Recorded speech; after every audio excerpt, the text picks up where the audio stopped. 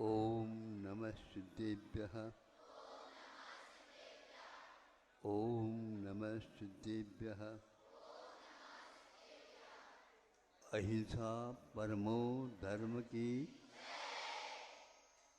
आचार्य गुरुवर श्री कुंद कुंद भगवान की। आचार्य गुरुवर श्री ज्ञान सागर मुनि महाराज की। शिरोमणि आचार्य गुरुवर विद्यासागर जी महाराज की।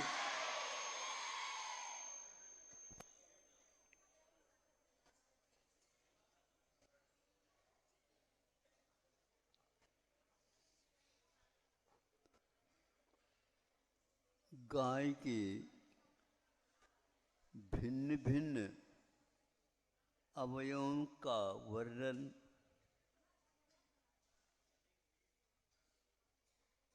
संतों ने अथवा कवियों ने खुल करके किया है और विश्वास दिलाया ये ऐसा क्यों, तो उसका स्पष्टीकरण भी उन लोगों ने दिया।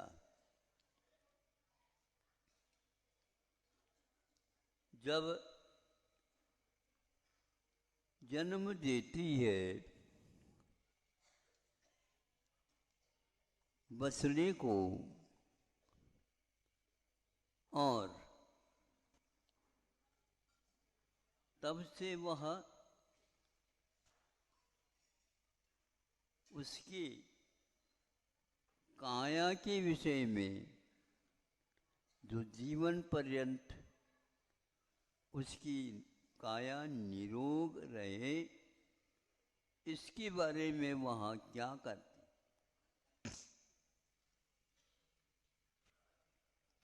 उसके जिह्वा में एक प्रकार से ऐसा रसायन है जो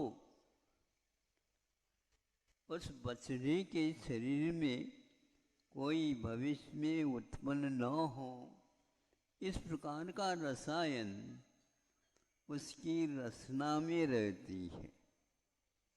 रसना में गाय के जीभ में रहती है। उसके द्वारा वह जब कभी भी उसको लोग कहते हैं प्यार, किंतु हम कहते हैं इसको चिकित्सा का एक रूप है। कौन देता है पशुओं के लिए चिकित्सा का रूप? नहीं दे सकता। जिसने जन्म दिया है उसने पेट में तो पाला ही है, किंतु जब तक वह बड़ा नहीं होता तब तक इस प्रकार के वस्तुओं से उसका संरक्षण, उसका विकास, उसकी सुंदरता आदि आदि आती चली जाती है। आज आप लोग इस विद्या को, इस विधि को,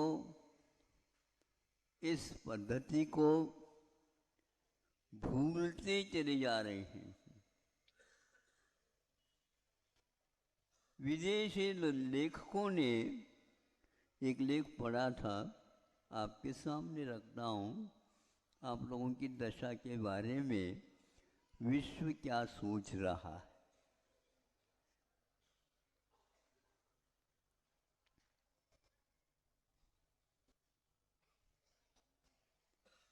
जन्म देने के लिए जब अकृत्रिम रूप से पेट में, गर्भ में उसका पालन पोषण होता है, वहाँ पर किसने चिकित्सा की विधि पहुँचाई? 9 महीने 10 महीने तक वो वहाँ रहे। उसको दूध पिलाना या और कोई भी खून करता, गाय तो बाहर है, किंतु भावों के माध्यम से उसका भीतर जो रसायन दूध इत्यादि बनने रूप वो सब उसकी नाभि के साथ जुड़ा हुआ रहता है। जैसे आप लोगों के यहाँ पाइप से पानी जाता है, टूटी में से बाहर आ जाता है, उसी प्रकार जब चाहें उस समय या जब आवश्यक है उस समय वह उस नाभि के केंद्र से पहुंचा देती रहती है अपने पेट का, अपने गर्भ का, उसके गर्भ में रहने वाला जो उसका नाभि केंद्र है उससे जुड़ा हुआ होने के कारण सभी कुछ पहुंचता रहता है। आप लोगों के चिकित्सालय में इस प्रकार का प्रबंध हो या न हो, लेकिन ये प्रत्येक गाय के गर्भ में अवश्य विद्यमान रहता है। इसमें गाय का इतना तेज पुण्य नहीं है जितना कि गर्भस्थ उस बछड़े का पुण्य होता है। और वो पुण्य कहाँ से घुस गया? वो पुण्य घुसा नहीं, उसने अतीत काल में इस प्रकार किसी के ऊपर उपकार किया हो, उसका परिणाम वहाँ पर जन्म लेने से पूर्व से ही दवाइयों का भी प्रबंध, भोजन का भी प्रबंध, पानी का भी प्रबंध, और सक्रिय जगह है उसमें इतना बड़ा कैसा रहता होगा, बहुत आराम के साथ रहता है। और वैसे तो संकोच तो रहता ही है इतना तो, लेकिन फिर भी उसको नींद भी आती है, नींद की गोली भी पहुंचती रहती है, क्योंकि बच्चे के पालन पोषण के लिए निद्रा भी आवश्यक है। अब उस रसायन के माध्यम से उसके जिह्वा में इस प्रकार के विषाक्त भी वस्तु रहती है, उसके माध्यम से वह उसको लाड़ प्यार जैसा कहते हैं, लेकिन वह लाड़ प्यार नहीं, वह चिकित्सा पद्धति है। उसके द्वारा वह सब जगह उस रसायन को पहुंचा करके, अब जब उसका जन्म होता है उसके जो ऊपर कवच रहता है उसको दूर कर दिया जाता है। तो फिर बाद में आप उसको देखो कि कौन से साबुन और कौन से सोडा से उसका स्नान किया गया, नहीं, लेकिन वह बहुत ही व्यवस्थित वहाँ पर कार्य होता है। उसमें दूध का प्रयोग वह न करके अपने जिह्वा में जो उसके लिए रसायन है, जो कि एक प्रकार से विषाक्त हो सकता है, लेकिन उसके माध्यम से ठीक कर देती है। तो मैं ये कह रहा था, अमेरिका के माध्यम से एक डॉक्टर ने लिखा, यह कृत्रिम नहीं, अकृत्रिम स्वाभाविक रूप से ही उतने दिनों में उसका जन्म होना, गर्भ में आना, उसका विकास होना आदि सब उसके पुण्य कर्म के उदय से होते हैं। उन्होंने ये कहा था, यह स्वाभाविक जब है, प्रकृति प्रदत्त यह कार्य है, इसके लिए बाहरी प्रबंध की आवश्यकता क्या है? कोई आवश्यकता नहीं। तो उन्होंने कहा कि विश्व में बहुत सारे राष्ट्र हैं, उन राष्ट्र में लगभग 20% राष्ट्र तो उसको आज भी बिना शल्य चिकित्सा के उसको जन्म दिलाया जाता है, और जन्म तो हो ही जाता है। पहले धाय वगैरह के माध्यम से इन कार्यों को कराया जाता था, और वो इस प्रकार होता था, उस माँ को यह ज्ञान ही न हो और वह उसका जन्म हो जाता था। तो 80% भारत में शल्य चिकित्सा के द्वारा ही प्रसव होता है। यह जो नियम बनाया गया है, यह एक बहुत व्यावसायिक है, और इसलिए इसका लोगों को डट करके विरोध करना चाहिए। क्योंकि जो गरीब होते हैं वह चिकित्सालय में कहाँ से जाए, कैसे जाए?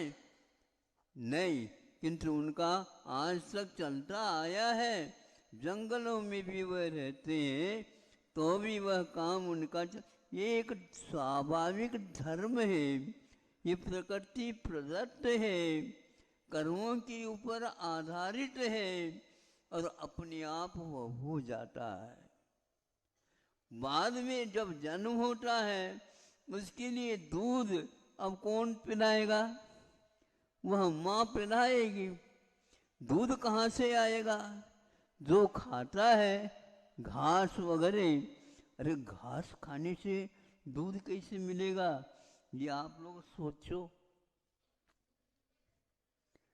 आप पैसे की ओर देखते हो, पैसे से क्या, पैसे में दूध है क्या?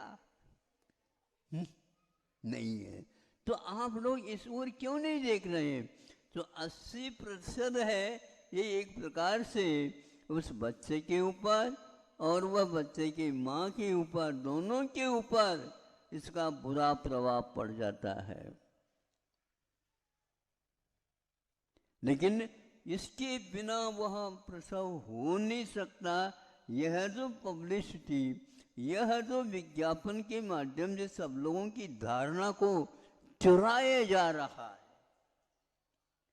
हाँ, और डॉक्टर लोग कहते हैं अरे इसके माध्यम से तो 10-20 हजार तो मामूली चीज है। ये क्या है? ये एक अद्वितीय तत्व है।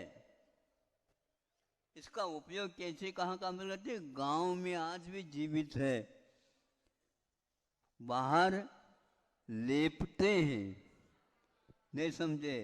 तो वहाँ सूर्य के प्रकाश, धूप आदि उसमें विशेष असर न कर सके, घर में भीतर शांति बनी रहे, ठंडा ठंडा गर्मी के दिनों में बने रहे, और सर्दी के समय पर गर्माश बना रहे। इतना नहीं, चूल्हे के ऊपर भी वो उस गोबर के लेप करते हैं, और एक तरफ से वहाँ, इसको मैं भूल गया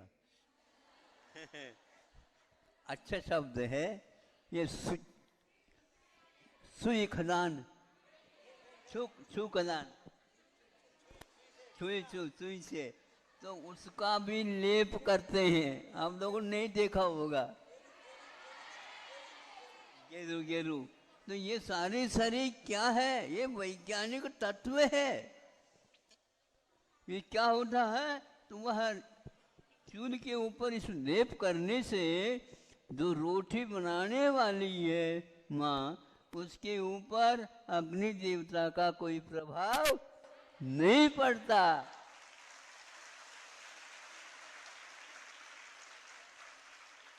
आज आप लोगों के लिए, आंखों के लिए दवाई बहुत लेना पड़ता है, और वहां पर लेने की कोई आवश्यकता नहीं। थोड़ी सी धुआं उठ गई तो आंखों में चले गई, आंखों में से पानी आ गया, हो गया साफ।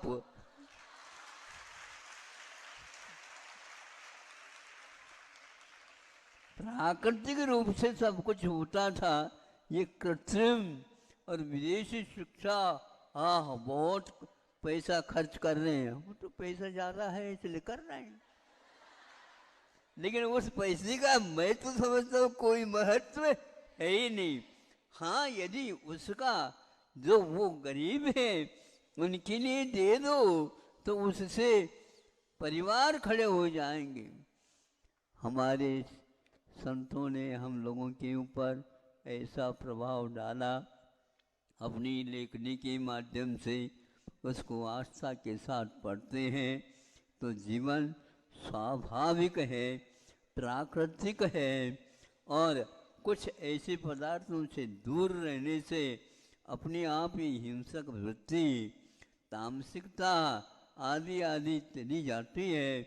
और गाय के पास रहने से, उसके दूध के सेवन करने से, उसके और भी वस्तुओं के सेवन करने से, ये लिखा हुआ है ग्रंथों में, मनुष्य का जीवन एक प्रकार से उसके माध्यम से बहुत सुंदर बन सकता है। इसलिए प्रत्येक व्यक्ति के आंगन में गैया बंधी रहती है, उसके माध्यम से प्रदूषण अपने आप ही दूर होता है, ऐसे ही लिखा हुआ है और वहाँ सिद्ध भी किया गया है। इतना ही पर्याप्त है। बहुत से आप लोग भूल जाते हैं, इतना ही दे देता हूँ। 10-20 मिनट भी कम नहीं होते हैं। हाँ, अब यह आप लिखोगे तो बड़ी बड़ी पोथी लिखी जा सकती है। संतों के एक एक ग्रंथ के सूत्र भी हमारे लिए बहुत ही दीपस्तंभ के काम कर सकते हैं। उनके माध्यम से हमें ज्ञान प्राप्त कर लेना चाहिए। जो इसका ज्ञान देते हैं उनके सहवास में, संगति में रहना चाहिए। अहिंसा पर